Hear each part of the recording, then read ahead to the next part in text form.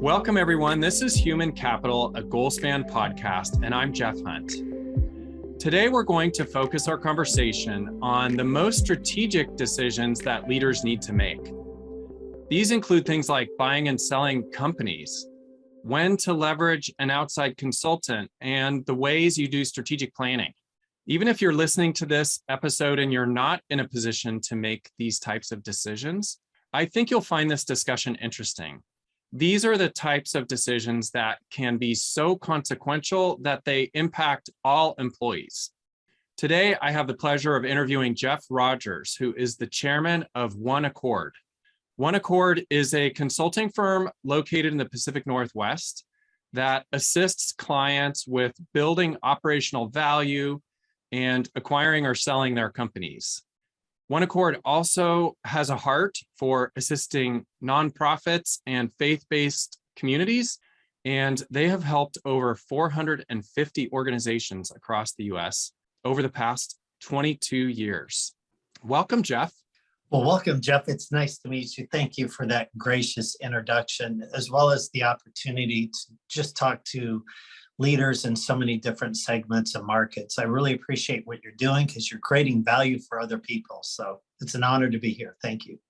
Well, it's a privilege. And hearing you say that you just ran from a board meeting makes me appreciate that you're setting aside some time for our podcast. So thanks for setting aside a chunk of time. You're welcome.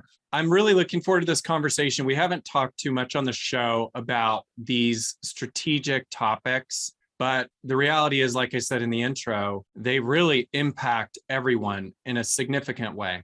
Yes. I would like to segment our conversation into three topics: mergers and acquisitions, consulting, and then strategic planning, which is really sort of a subset of consulting. Sure. And before we do that, can you kick us off by giving us a thumbnail of your career journey, Jeff, and sharing with me who or what inspired you most along the way? Thank you for asking. And, we all have story, right? We all have a narrative. The trajectory that we set early in life may or may not be related to where we are later in our career. It could be, it very well could be, or it could be very different. And yet, one of those questions that I think most of us work through is, what am I called to do, or what's my identity? Or, if you're a parent, you can see in kids, what's their natural proclivity, what comes easy for them. We have three daughters, and our middle daughter was in choir and was in the select choir and very good, but her older sister going through school, the choir director said to her, if she would lip sync, he would pass her. Okay, so she was not gifted to sing where the other was. We have a daughter that's in human-centered design engineering and data analytics, and yet I have another that graduated in creative writing and literature. They see things very differently, right? So we have this question of, how am I wired? And then I think you integrate that, or you mix it with experiences that you have that then you can leverage for your career. So there's a mix of what comes naturally and then what did I learn. And so as you asked about my career and I got started, I started, I think, in a pretty humble way, as I was recruited while a student studying finance at the University of Washington to sell educational books door to door, moving in that case to Texas with this company based out of Nashville. And over a period of numerous summers, I paid my way through school. I knocked on 300,000 doors. Wow, that's impressive. Yeah, I had actually calluses on my knuckles, and it was a great education, right? And I learned a lot about other people, but I also learned a lot about myself. And through that experience, I developed certain aptitudes, and yet maybe they were overlaid on top of who I already was. I don't think at 18 or 19, I really knew too much who I was. And I ended up working for that company full time and was there 20 years and worked in development of other countries, actually opening up other teams. And I worked on 40 university campuses, recruiting, training, and developing salespeople. So that was a 20-year career from 80 to 99. In 99, rewinding, for those that would remember, the economy was going tremendously well. It was very strong. There was a bunch of IPOs, business plans, and back of napkins. The internet had just started. People had cell phones, but not everybody used email. It's not that long ago. And so I left that job after 20 years, searching for what I was going to do next. Unaware, I didn't leave to know what I was going to do. I knew I was time to transition. And I think some listeners are even asking the question, are they in the right position? And should you look for another job while you're in a job? That's a personal question based on your ethic and perspective. But I decided to try and finish that job strong, take a little time off to figure out what was next. And so through that, I ended up starting our own business, OneAccord, in the fall of 99. So really, let's say 2000. And so since 2000, I've built and partnered with others within our business, not just me, to build OneAccord where it is today. So I have a history of coming from literally selling door to door and recruiting people to do that, to now having a portfolio of companies doing, mergers and acquisitions. We've worked with about 150 nonprofits and 450 private companies. And yet my trajectory wasn't a Harvard Wall Street trajectory in corporate finance to do it. I came through one path, thought I learned some things and would hope that there was relevance to it in the marketplace. There ended up being some things I assumed were true, some were not. And I think that's how a lot of people actually start businesses, with the belief that there's something they know or understand that can be used. And so the career has been, what am I naturally gifted at? Then what do I enjoy? Mixed with, I think, a marathon approach versus a sprint approach of being steadfast in continuing to work even when the motivation wasn't there, even when the alignment wasn't there, to continue to press forward. So there have been some seasons that sounds really glorious. There are some deep, difficult times along that journey of where I didn't know if the business would make it or if I was even the right person to run it. And I'll save that for further inquisition, or people can follow up with me and I can dialogue with them on it. Yeah, I'm so glad you brought that up, because often the perspective on people who have really excelled in their career is that they haven't experienced those levels of hardship, when those levels of hardship are really ultimately what define us.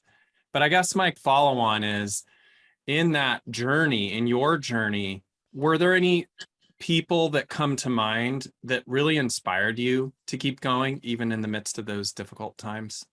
I appreciate the question, and I'm not doing deference to handfuls of individuals who've been a blessing to me and an encouragement along the way.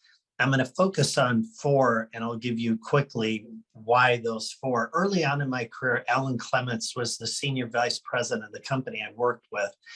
And he looked at me when I was 19 years old, and we were talking about what we do. And I said, our business really isn't about the books we sell, the medium of exchange, is it? It's about developing people.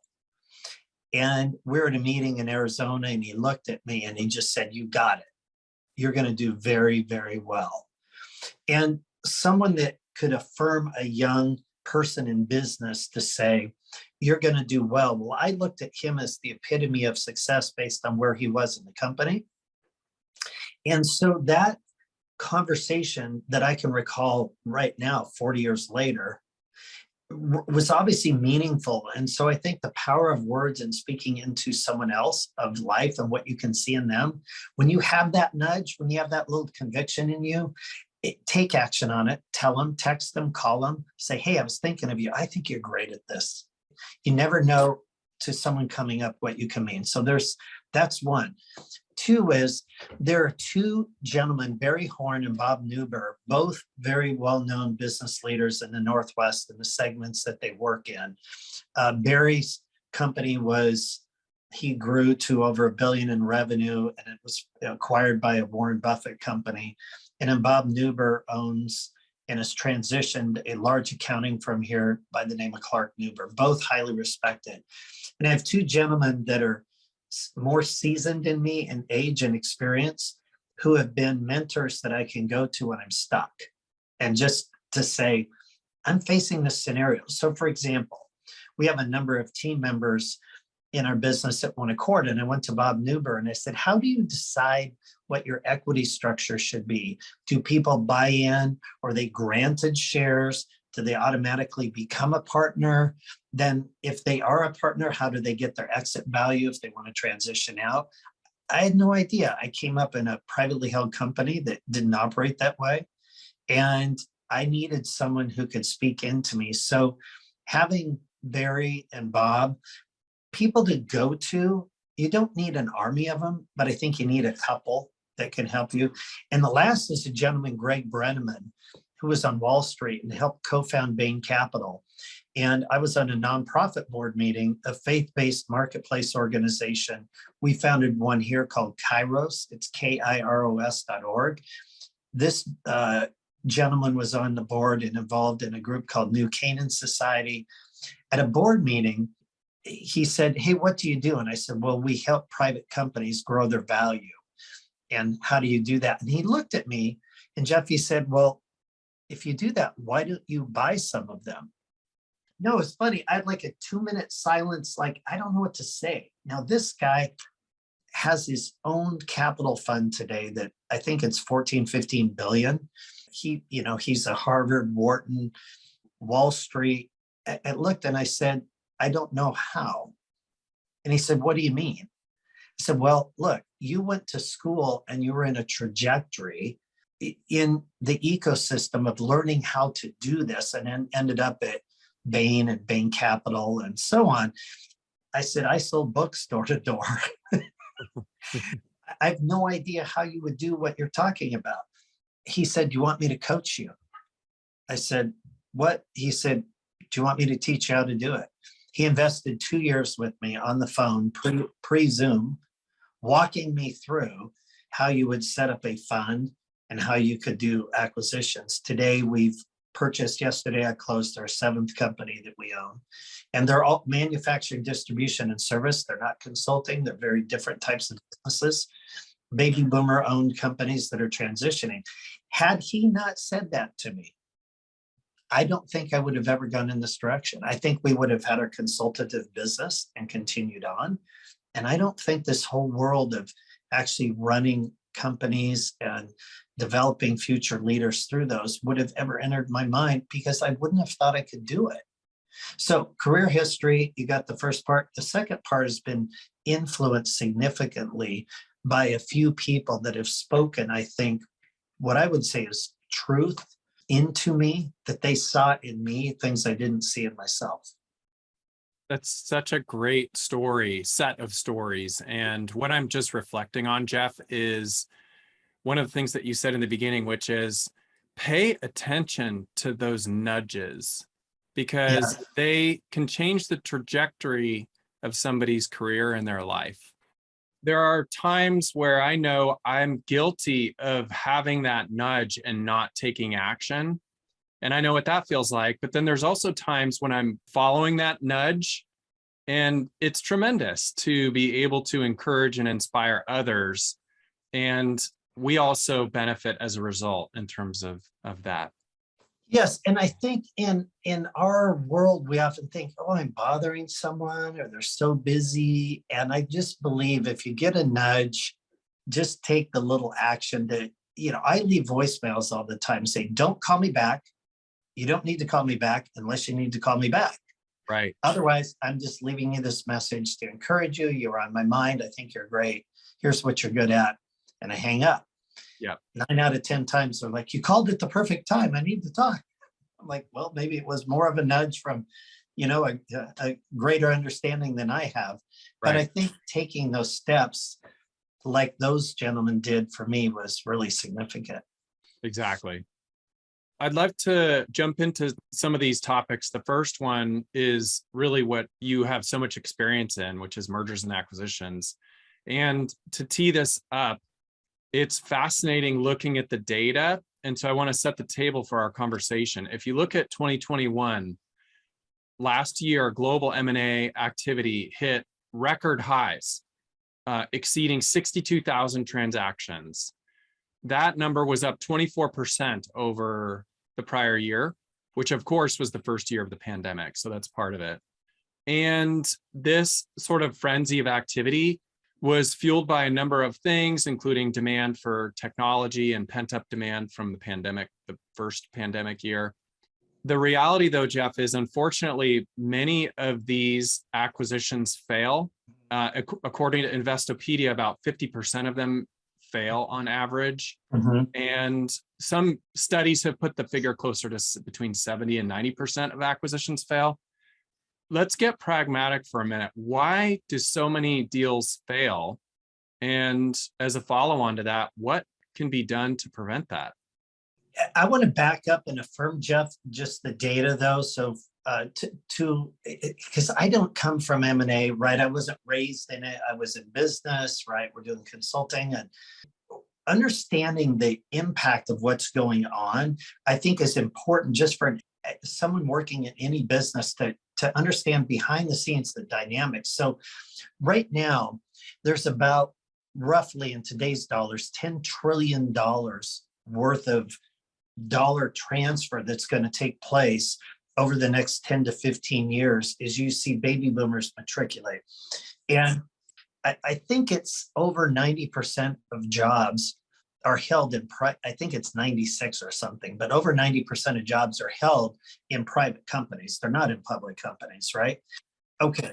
It is suggested that 85% of those companies are going to transition ownership in the next 15 years. 85% of our 90% of our workforce are going to flip over. Well, why? Because you have boomers that are aging out, and whether they're proactive in making that transition or reactive, even being their estate, it's going to happen, and it's going to accelerate. It's not decelerating. Sure, the pandemic had some influence, but a greater tide, it's a tsunami. The tsunami, take the pandemic out, is still coming through and is not even totally crested yet. And so I think we should all be aware that this needs to happen, and that companies and leaders should be astute in thinking about how we pass the baton, and whether it's an internal transition, an ESOP, a generational transition, or most often those have not been planned, and therefore it just ends up being an acquisition. So the swell and the impact, and looking at some of the signs that things are happening, and being aware of your role in the position to say, hey, do I see activity that looks like this company might even be sold, is probably astute to see. And there are things you see in terms of spending and investment and corporate culture change and so on to be aware of. Now, why do some make it and some don't? It is a very difficult scenario to follow an owner founder being the next owner in that seat from not being the founder. I think the single biggest thing is culture. The continuity between the owner founder and the next owner is changed. And as much as we can keep things the same for a season, that people feel comfort and secure and, in a generic sense, loved, appreciated. We're not going to pull the rug out from under them. We hold companies a long time. We don't flip any companies. So that's a bit different.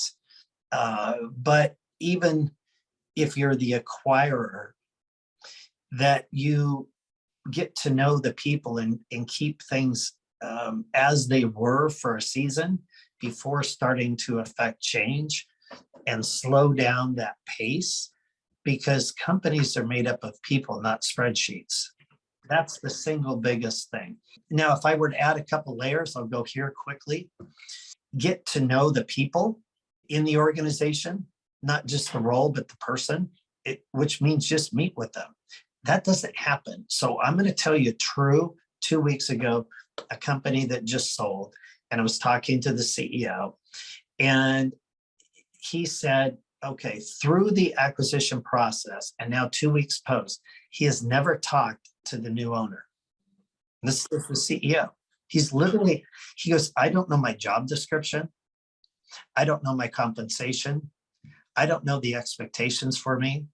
He said, I'm running the company still. I'm still getting paid. But that is emblematic of kind of this, hey, we got the deal done.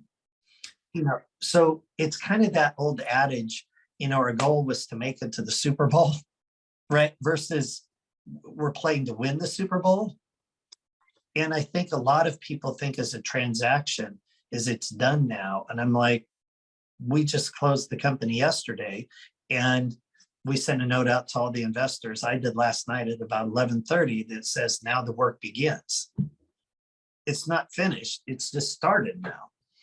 So get to know the people would be one. That's very, very simple. And number two, there's this statement that says, it comes out of the Bible, that without vision, people perish. Well, the reverse is with vision, they flourish. So help create what's the vision about how we're all going to win.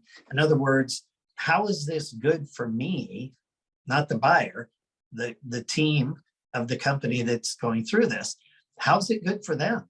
So create a vision about where we're trying to go. There's 2 tips. What's interesting to me is that these concepts are actually quite simple. So what you're talking about is having a proactive communication strategy. Correct. Looking at the transaction as one that is not purely financial, but is people. It is a people-oriented change that is occurring, and to really take that to heart before, during, and after the acquisition takes place. If you think about what people really want, Jeff, to me, it seems like mostly what they want to be seen and heard, so that they want to be able to have a voice and be able to speak up and know that people care for them individually. Right. So that they're not just a producer, but they're a person, and we care about that individual in terms of who they are, their friends and families, the things that they enjoy in their lives. And they also want some sort of sense of security, which can't always be provided within an acquisition. So sometimes there are segments of the working population that get let go, but the greater the transparency in the midst of the transaction, the greater the communication and the openness that is possible from the buyer to the employees of the company that was acquired, the greater the levels of trust and understanding and engagement are. Wouldn't you say those are all truisms? Spot on. Let's put really rubber meets the road. You're buying a company or you're involved in that transition taking place. Send 1 or 2 people on your team for a couple of weeks to meet with every employee if possible, but at least all the department heads, not just the CEO. And listen, take an hour, say, I just want to get to know you. Tell me your story. What's your role? What are you doing? What would you like to see in the future? And then whatever they say, make sure to respond to them with, here's what I'm going to do with what you said, right? And then take that back to the leadership team and say, okay, this is what I heard. So just a person literally whose role is to listen to the team and learn from the team. OneAccord, the word we use is consulting, but we're really almost the antithesis of consultants, because all our team are people that have built, run, and exited companies. They've actually sat in the shoes. None of our team comes from consulting. They don't really have that background. It's just the easiest word to encapsulate what that one part of our business does. But in the companies that we help facilitate transition, we actually bring one of our key team members to do exactly what I said, which is to sit in the seat and go listen and learn. You would find that probably 8 out of 10 things that need to be done in the business, the ideas already reside within the walls of the company. They're just not heard. We're not that brilliant. Now, once in a while, I still don't think we're brilliant, but we'll pull something from something else we've seen in another business that we could use. But 8 out of the 10 ideas that cause the significant growth in company reside within the team members there, listening to them, aggregating that feedback, and then aligning it with strategy, which will get into the strategic planning conversation a bit. Right, right. And, you can get a lot of lift and growth from the people that are there that probably understand the customer and the needs, sometimes better than the owner or the leader that's there. Great advice. Yes, definitely. Let's talk about consulting. I know you mentioned that you don't really see yourselves as consultants, which I appreciate. We have a consulting arm at Goalspan as well, and we think and operate similarly. But I'd love it if you could speak to leaders who have never used a business consultant before. What do they need to know about? And when will they know when they should hire an outsider to help them? Okay, great question. I'm gonna give 2 analogies to this to first just help the belief that should I even have one, or does it make sense? Here's a picture I'm going to give. I had a really bad lower back. I ruptured 2 discs. Ooh, I'm wow. trying to figure out what to do. And I got an MRI, got a couple x-rays. Okay, I went and saw a chiropractor. Jeff, what do you think the chiropractor said I should do? Realign everything. Yep, for sure. Okay.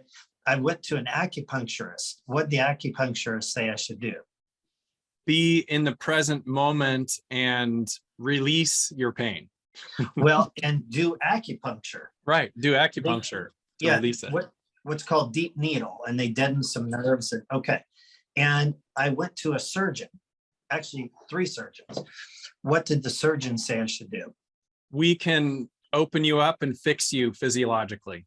Right, right. So they saw things through their own set of lenses. And I would say, let's give them deference that they were accurate. They were correct based on their way they see things, their worldview. So most of us running private companies, and most of us in that seat, have a hard time with a consultant, quote unquote, coming in who's not been in our company and doesn't know the idiosyncrasies and is going to have a certain set of lenses they see things through. First is to come to a recognition that having different points of view, as I explored what to do on my back, was actually healthy. I was willing to seek counsel and not just one point of view. I was willing to open the kimono, so to speak. Okay, so that's really the first thing. Would external objective opinions be helpful for me to either solve a problem I have, which is usually when you get called in because there's a problem, or perhaps of the few to be proactive around what it is we want to accomplish and how to grow. So I think the first thing is an acceptance to say I'll be willing to get another opinion. Okay, that's first. The second thing is, I'll draw a second story, is I work out at a club in our area, and I work out in the same area. It's got 4 or 5 floors, and I work out on one floor in one section, the basement, no windows. It's the old equipment, but it's the easiest for me from the locker room. I go in there, I do my thing, come out. So I've been in there about 6 years, and I see people come in and out, and that are starting, and they're evidently new because I'm there at kind of the same time. So I know the regulars. And okay, the people that show up that have a trainer versus those that don't. Yeah. Okay, this is my data. I'll just throw it out to you. People that show up, they're going to be working out. They don't have a trainer. What percent do you think are there 3 months later? It's got to be a very low percentage. I have no idea, but I'm going to say 20 or 30% maybe. I would put it 10 to 20. 10 to 20. Okay. Yeah. Okay. Of those that have a trainer, what's that percent? 70, somewhere in there. 70 to 80. Yeah. That's huge. Yeah. It's just different. Now, some people I would see, they'll use a trainer to get on a routine, then they can back off and they'll keep a high percentage. The point is, what do you do to increase your statistical odds? Can you do it on your own? Probably. But as a business owner, I've brought in outside counsel. So let's call it that, not consulting, but I've brought in outside counsel in specific areas multiple times. I actually paid our team to do our process called the discovery diagnostic, which is like an MRI on a business. Sure. I paid our team to do it on us. Not fun. I bet. Seriously, because they're there to tell me what's not working. Exactly. So not to, a few good things, but here's some things you can improve. And they did a good job of narrowing that down to 2 or 3 tactical and 2 or 3 strategic, not like here's 20 things, right? And let's actually take tactical and start knocking off some low-hanging fruit. That's what we did. But I think it is first to say, am I open to counsel? Okay, 1. And number 2, am I willing to get someone that can actually hold me accountable a little bit to take from ideation into execution and increase your odds? So that's my kind of foundational. Now back to your question. What do you do to help this be successful, right? How do you find that person can really add the value that you're looking for and not be like the strategic plan that you did that you spent a bunch of money on and then it sits on a shelf and collects dust? How do you help that? You have to first identify and narrow down what the specific issue that you're working on, and then find someone who's a deep subject matter expert in that area. The reality is in most privately held companies, I said this earlier, in most companies, the ideas of what you can do exist within the team, probably 70 to 80%. Not always does every person on the team feel safe or comfortable to share those. So sometimes someone that's external can be objective, can gather that information and assimilate it in a way that can be received by the business leader or owner. So there's that part, I think, of, okay, we have some issues. Okay, the second thing is, in most privately held companies, you're typically excellent at the thing you do, or you wouldn't be in business. The big guys, the public ones, would knock you out. For some reason, competition can't take you out. So you must be really good at the product or service. But there's 3 parts of the business, kind of in a macro, that I look at. There's the thing you do. So you have to have the operations to deliver what you do. There's the revenue engine that actually gets customers, whatever you do, sales, marketing, biz dev, right? So you got to make the product. You have to make sure that, something people want. And then you got to make sure the financial mechanisms of it work. And that's everything from, CFO work to the billing and the controller and all that. Well, typically people go into the business of the thing they're great at, but that's not probably sales and marketing. And that's probably not administrative and finance.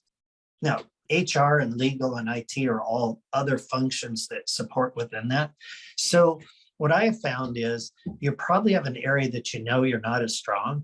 It will behoove you to accelerate the business to find someone who's expert in that area that can come in objectively, get feedback that otherwise people in your own team may not be willing to say or provide you. And then we can talk in future questions if you want, how do you make sure that those deliverables actually work? What's coming to mind for me is Patrick Lencioni. He wrote all these great books, The 5 Dysfunctions of a Team and The Ideal Team Player, and all these great books. He coined the phrase, ambiguity is the enemy of accountability.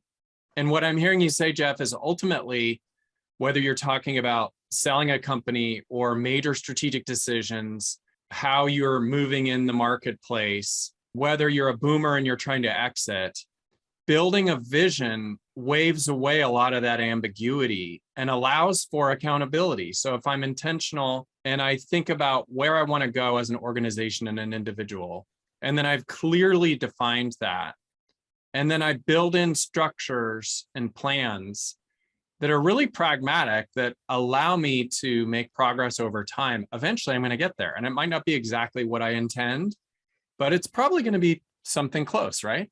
Yes. And again, if you're going to show up to the club anyways, it probably makes sense to have the trainer, because you're going to spend the money.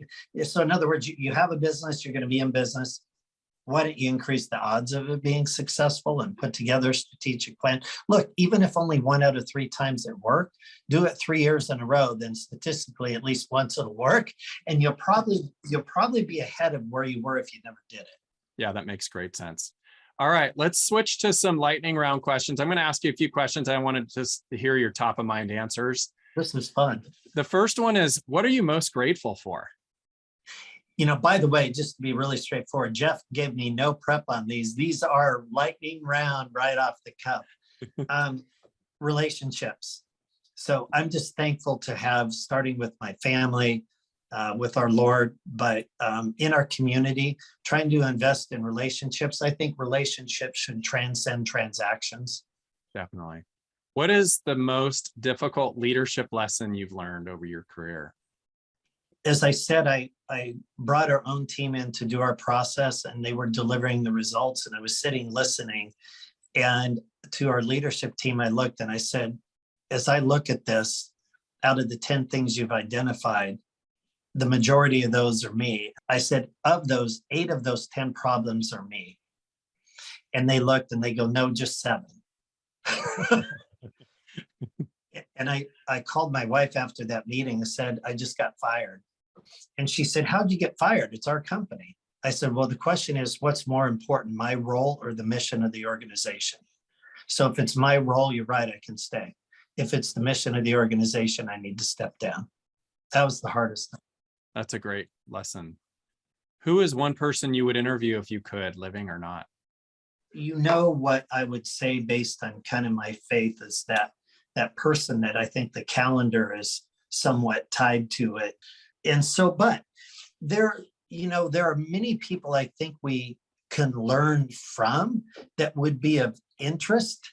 And so right now, I'm going to give you one that probably most wouldn't say, but my daughter just asked me this question. I said, Lewis Hamilton. Oh, he's a Formula One race car driver. His helmet you can see in the back behind me. And he has remained relatively humble in a sport that is all about that person. And he's been able to win consecutive titles, which is incredibly difficult. And he came back after a massive setback last year that most people probably would have hung up their cleats. And I'd be just curious what keeps him going. Now, I could probably find it out on YouTube, but I think he'd be very interested in a current season to learn from. Do you have a top book recommendation? Yes, and I'll be very specific. I will tell you that just based on my personal convictions, I listen to scripture just over and over, and that's what I do when I work out. And it's a renewing of my mind. It keeps me grounded. So that, be it podcasts for people or whatever, I find that medium, your podcast, is a good example of that listening time. But I will recommend a couple books to be very specific. I've already referenced 2 of them. I think Good to Great is very good for business owners, as is 7 Habits of Highly Effective People by Stephen Covey. The book Traction by Gino Wickman, if I were to give one for privately held companies. And there's a book that people don't know. It's called Right Away and All at Once. It's a long title, Right Away and All at Once, by Greg Brennaman. And Greg was the gentleman I referenced that was the co-founder of Bain Capital. And in his book, he talks about, he has numerous portfolio companies and what's he has seen that works and doesn't work. And it's kind of akin to traction. He gives very specifics that business leaders can implement all the way up to large public entities, public companies. So his content is really good from kind of small business through enterprise public company. So Right Away and All at Once is one people don't know. What's the best piece of advice you've ever received? When my girls have headed off to college, I sit down and I've had a dinner with them. And I have 3 daughters, one's adopted. They're very different from each other. And I've said there's 2 things I want to share with you. One is to find your identity in who God says you are, not what the world says. And number 2 is be authentic to it. I said, now, number 1, I don't know how to do it. I find my identity so much in what I do. I'm trying not to, and how I do at it. I'm trying not to have that be my identity. But the more you can understand who you are and then be authentic to that reality, saying, I'm actually not good at most things. As a business owner, I'm actually not that good at a whole bunch of stuff. And once you realize that, it's very freeing. My job is to find someone else that is what they're good at and empower them to do it, and let them do it and give them the latitude to do it well. So I think the understanding who you've been designed to be, I think we have a design, and then learning to be authentic, because that's where your leverage is. You can work out a strength and develop skill sets and when you're not gifted. That's true. Okay. But there's a natural bent. That's where your leverage exists. So I had 2 coaches that I worked with, and I've hired 2 different coaches to work with me. So eating our own dog food, that are non-OneAccord folks. And they both really leveraged into that. Let's figure out who you are. And in your business, sometimes people call it your superpower, right? Right. It's going to be around that thing. Got it. So that would be, who are you? How do you be authentic to it? So as we wrap up, what's the most important takeaway to leave our listeners from our talk today? Well, I want to affirm, I'll say secondarily, I applaud anybody for being here today and listening, because as I mentioned, one of my mentors at the outset, Barry Horn, Barry's older than I am. He's always telling me, Jeff, about the newest book he's read and the newest exercise he's doing, and it's the best ever. And I'm like, I realize, wow, you're probably 15, 20 years my senior, and you continue to learn and read and study and grow. He's never stagnant, right? He's never stagnant. So he keeps investing in new ideas and new material. But again, I would go back to number 1 is knowing who you are and finding your leverage in that zone and letting other people do what they're gifted at and empower them and let them go. Don't hold them back. As long as they stay within your values, not the way you would do it, but the values, they have to be consistent. You're going to find your organization will likely thrive if you do that. Great piece of wisdom. Jeff, thank you so much for coming on the show today and sharing all this great information. It's a pleasure. It really has been an honor. Thank you. Thanks for listening to the show this week. We release new episodes every other Tuesday. Let me know what you thought of this episode by emailing humancapital@goalspan.com. Human Capital is produced by Goalspan. Subscribe wherever you get your podcasts. And please share this podcast with your colleagues, team, or friends. Thanks for being human, kind.